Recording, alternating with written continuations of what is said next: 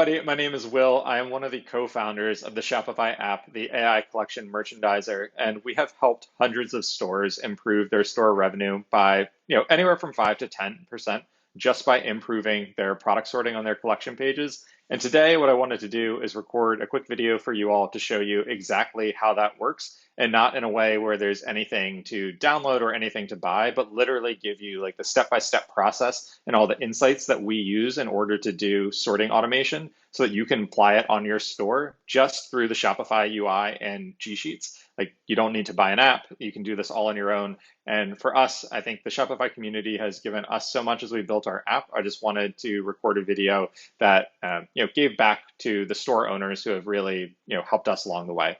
And so what we're going to walk through today is number one, like real world proof as to why this works and the real sort of powerful results that we've achieved by improving sorting. I'm going to give you a framework for how to think through sorting so that even if you don't follow this process step by step, you can like come to a process that works for you and for your store and get a lot of the value out of it anyway.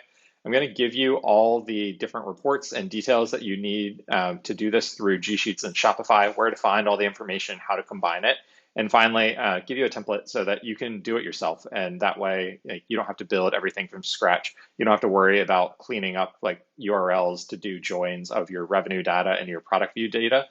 Just like give you a sheet that gets you is a nice starting point for this entire conversation. And so first thing I wanted to start out with is just this real world story where I think anytime you're making a claim that says, hey, I'm going to increase your sales by 10%, you've got to come back and say, all right, let me show you that like this actually worked and it got the results that I said it was going to do. And so the story that I want to start out with is actually my experience at Urban Outfitters in Free People, where I worked on building our first automated merchandising program there. And what was happening when I was at Urban Outfitters was every time we would do a new product launch every quarter, we would see our sales go down, which was the opposite, right, of what we thought was going to happen. Like, we said, hey, we're going to launch all these new products. And we thought at the end of the day that we'd see an increase in sales. But every single time we saw a decrease. And then we would have this corporate meeting and we finally realized, hey, what's actually happening is I'm pushing up a lot of these brand new products to the top of the collection. And I'm pushing down these products that used to be my best sellers and that still are my best sellers to the point where nobody's viewing them. And I thought this is just a really powerful example of one of the discussions we had. And so there had been this product, the Samba gown, that made it into position 1 on our dresses collection. And our dresses collection was like the top selling collection on our website at that time. And this product, right, had a $297 price point, but almost every dress that we ever sold at Free People was like priced between $80 and $120 at the time. This base color of red accounted for less than 10% of sales for all of our dress sales across the entire collection. The length was also responsible for less than 20% of sales. So, you can see why we're starting to lose sales, right? We've got a really high price point. We've got a color that's not extremely popular and a length that's not extremely popular. And then to like cap it all off, we were out of stock in key product sizes. So for us, we sold a lot of smalls and mediums, and this product, you couldn't buy it in small and medium. And then, go figure, at the end of the day, we only sold 3 dresses in the last 7 days, even though that this was in position 1. And the product that this replaced was this like 200-degree mini dress. And, you can start to see, right? This was at an $88 price point, right? So like right in our sweet spot. It was in black, which accounted for 50% of all of our dress sales. It had a hemline above the knee, which was responsible for 60% of all of our dress sales. And it was in stock in all sizes. And so we have this perfect product and we're saying, hey, guess what? You're not going to view it anymore. And so what we started doing was we switched to merchandising automation to make sure that this style product always appeared above like styles that were less likely to ultimately lead to buyer conversion. And you can establish that merchandising program, and that's not enough. Like, you need to see that it actually works. And so we did an A/B test, right, of this manual sorting method that we had been using of just pushing the newest products to the top, and then we tested it against the automated, and then we looked at our conversion rate over time. And so this orange line here is the conversion rate for the manual sort. The blue line is the conversion rate for the automated sort. And you can see in week 1, right, the automated sort had a 16 basis point improvement over the manual sort. In week 2, we had a 14 basis point improvement. In week 3, we had a 12 basis point improvement. And once we started seeing these results consistent week over week over week for 6 weeks, we're like, hey, we're really on to something here with this automated merchandising setup. And then when we started thinking through the value and like, how much is this actually worth to our store? And we started doing the math, like, okay, if I have 100,000 daily web sessions and I'm getting a 17 basis point improvement in my conversion rate at a $148 average order value for $365 days a year, $365 a year. Basically, what we're getting to is, we're going to make almost 10 million more dollars this year just by putting products in a different order. Like, I don't have to go reformat my entire website. I don't have to come up with a genius new idea. I just have to show people the products they want to buy higher up the page. And so that's what we started doing. And the reason that this all works at the end of the day is that the products, like when you start looking at product views by position, you'll see that the products in positions like 1 through 10, their click-through rates are close to 0.5%.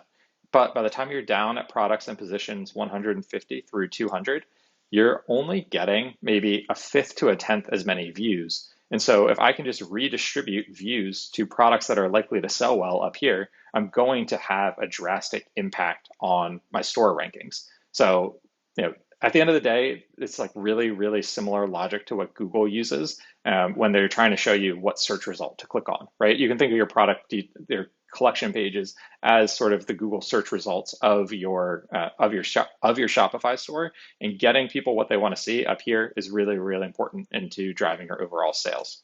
And so, you might be saying like, hey, can't I just do this based on like Shopify's default sorting methods, because they have best selling, right? And so best selling sounds like something that's going to allow you to get those really high selling products up the page, except 2 key things. Number 1, the Shopify sorts best selling doesn't actually take inventory into account. And so you can have best sellers that have 0 inventory show up at the top of your collection page. And that is just a disaster, right? Because then you've got this product, you get somebody hyped up to buy it, and then they go and they try to click on it, and then they can't buy. And that makes people really, really angry. You will probably get a couple emails about that.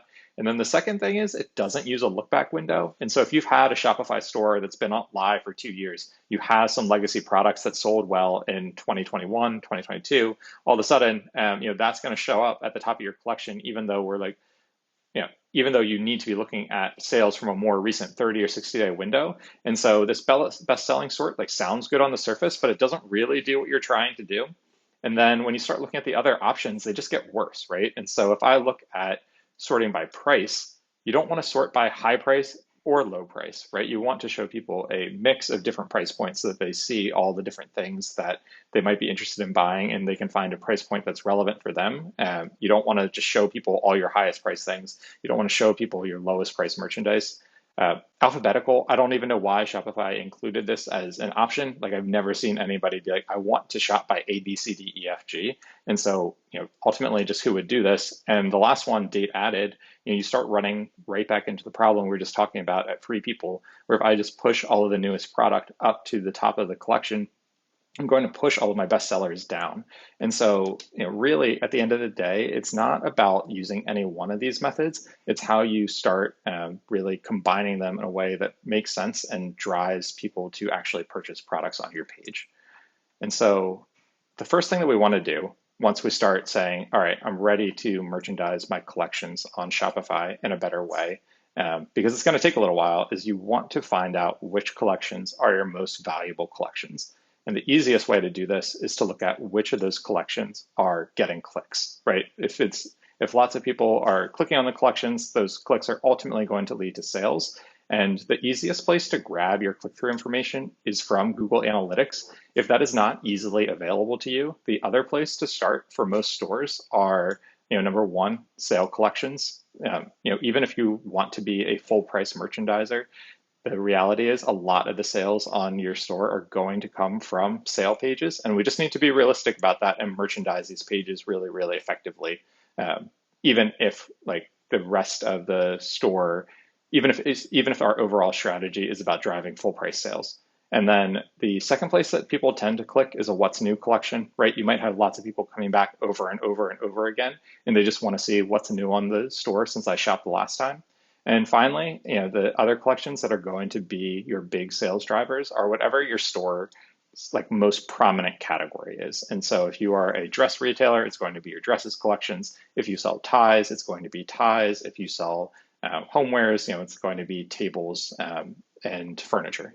So that's a quick proxy if you don't have a good way to get at your collection view data and your collection click data, because Shopify doesn't actually let you export your collection view data. You have to grab that out of Google Analytics. All right.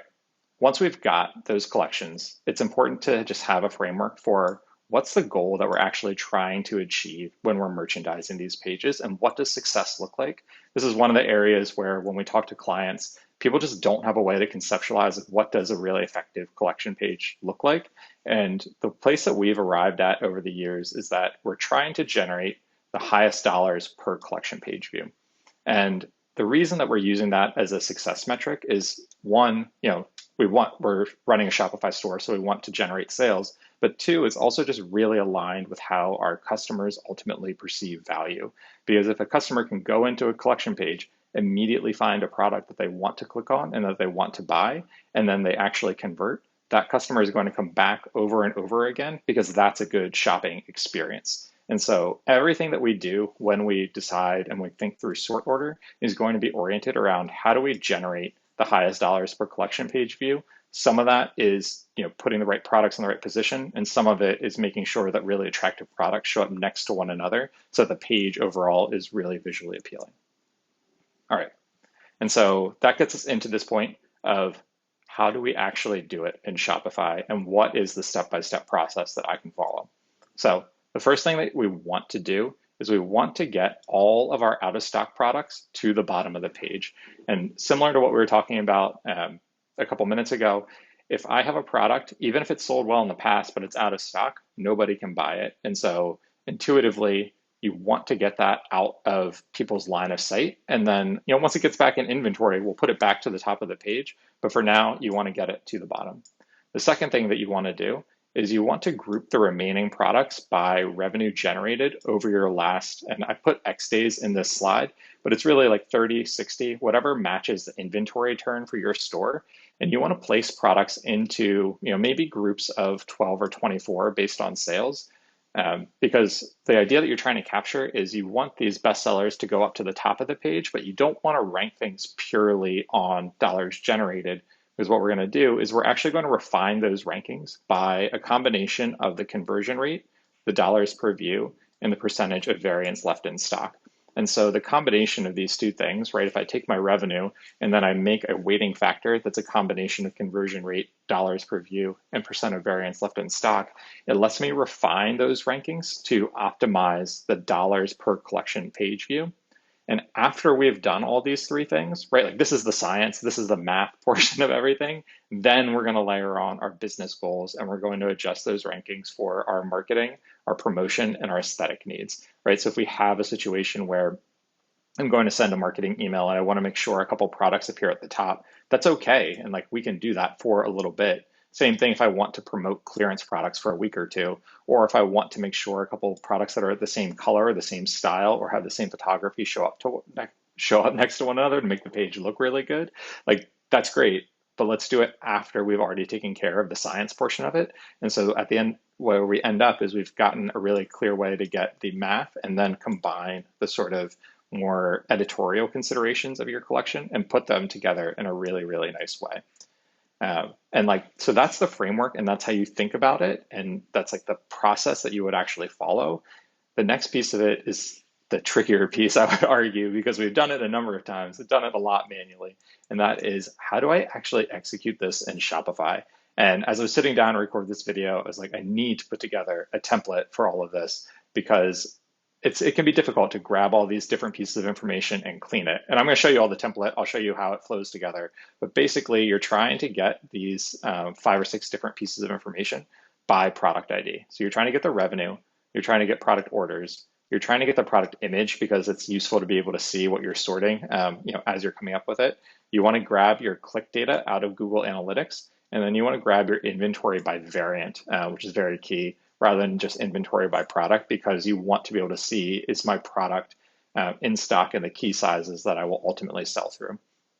And then, so what this looks like when we transfer it into the world of the template, one second,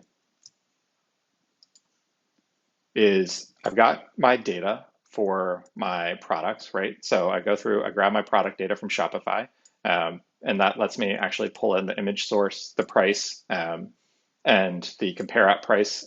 I wish it let you pull in publish date so that you could promote new things. You actually have to grab this through a JSON element that Shopify doesn't expose. And I will also include a link on how to do that at the end of this video. And so then I go through, I grab my inventory data, right? So again, I've got my product title. I've got my product title cleaned up so I can actually do the join later. I've got is this product in stock? And I've got the percentage of variance in stock. I've pulled the sales data from Shopify. And so I have the net sales and the net quantity over the order period that I want to look at. And then I've also grabbed the click data. And usually your click data is going to come through as this like longer URL. And then you have to go through and clean the URL up so that you can extract the product title. And then once you have the product title, you'll see the number of views from your actual Google Analytics information. And the setup that we're working towards getting to is combining all of this into a single product, a single sheet that we can use to rank all of our products, right? So now I have my product IDs, my product titles, and then I've got all the information that we just talked about in a single sheet. And what I'm going to go through and do is I'm actually going to go through and calculate all these tertiary metrics that we were talking about a minute ago. So, right, once we've pulled in the percent of variance and what's in stock, we're going to take the revenue, and you can see I've placed the revenue into revenue buckets. So you can see that I've included the formula for how to do that in this spreadsheet. And then I've gone through, I've calculated the conversion rate. So conversion rate is just the orders divided by the clicks. I've calculated the dollars per click, which is just the total revenue divided by the number of clicks. And then I've also calculated this overall weighting factor, which is a combination, right, of the percent of variance in stock, the conversion rate, and the dollars per click. And so now what I've got is is the product in stock? Which revenue bucket does it belong to?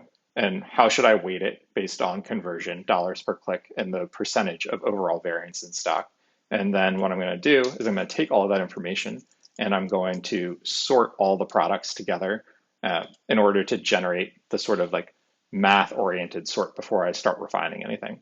And so I'm going to go into the sheet. I'm going to go to sort range. I'm going to go to advanced range sorting options. My data has a header row. And the first thing I want to do is sort by whether something is in stock or not. I'm going to go Z to A because I want 1 to show up first and then 0, since it's a flag, to show up at the end. I'm going to go through add another sorting column. This time we're going to sort by revenue bucket. And now I want to go A to Z, right? Because I want everything in the first revenue bucket to show up first, then the second revenue bucket, then the third. Then I'm going to add the final sorting column, and I'm going to go through and I'm going to select that weighting factor. And again, I want this to go from Z to A, where I want the highest weight factor to show up first, and then the lowest to show up last. And I'm going to go ahead and hit sort.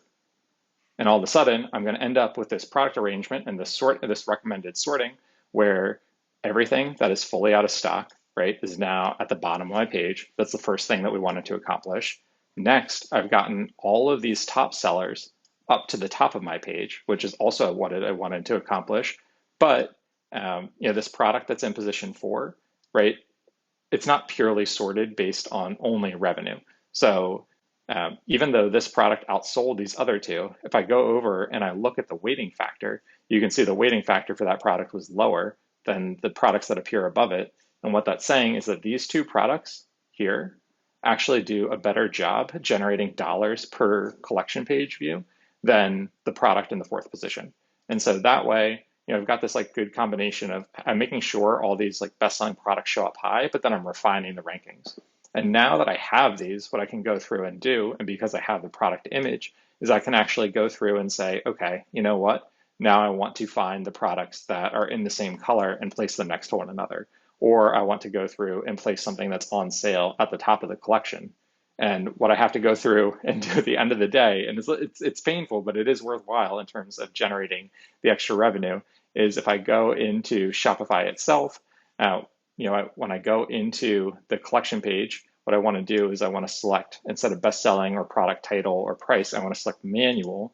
And then I can go in and I can drag and drop all the products into the order that I just specified in this product ranking template. And so that is the quick overview of how you put together all of these different items in Shopify to create a really, really effective sort order. And so hopefully you feel like at the end of this video, you got the real world proof you needed. You have the framework for how to think about product sorting. You've got the step-by-step walkthrough of all the information that you need, and you also have the template that you need to do it yourself. If you all have any questions about this, feel free to leave them in the comments. You also can reach us through our website, and I'd be happy to schedule time to talk to you live. Thank you very much.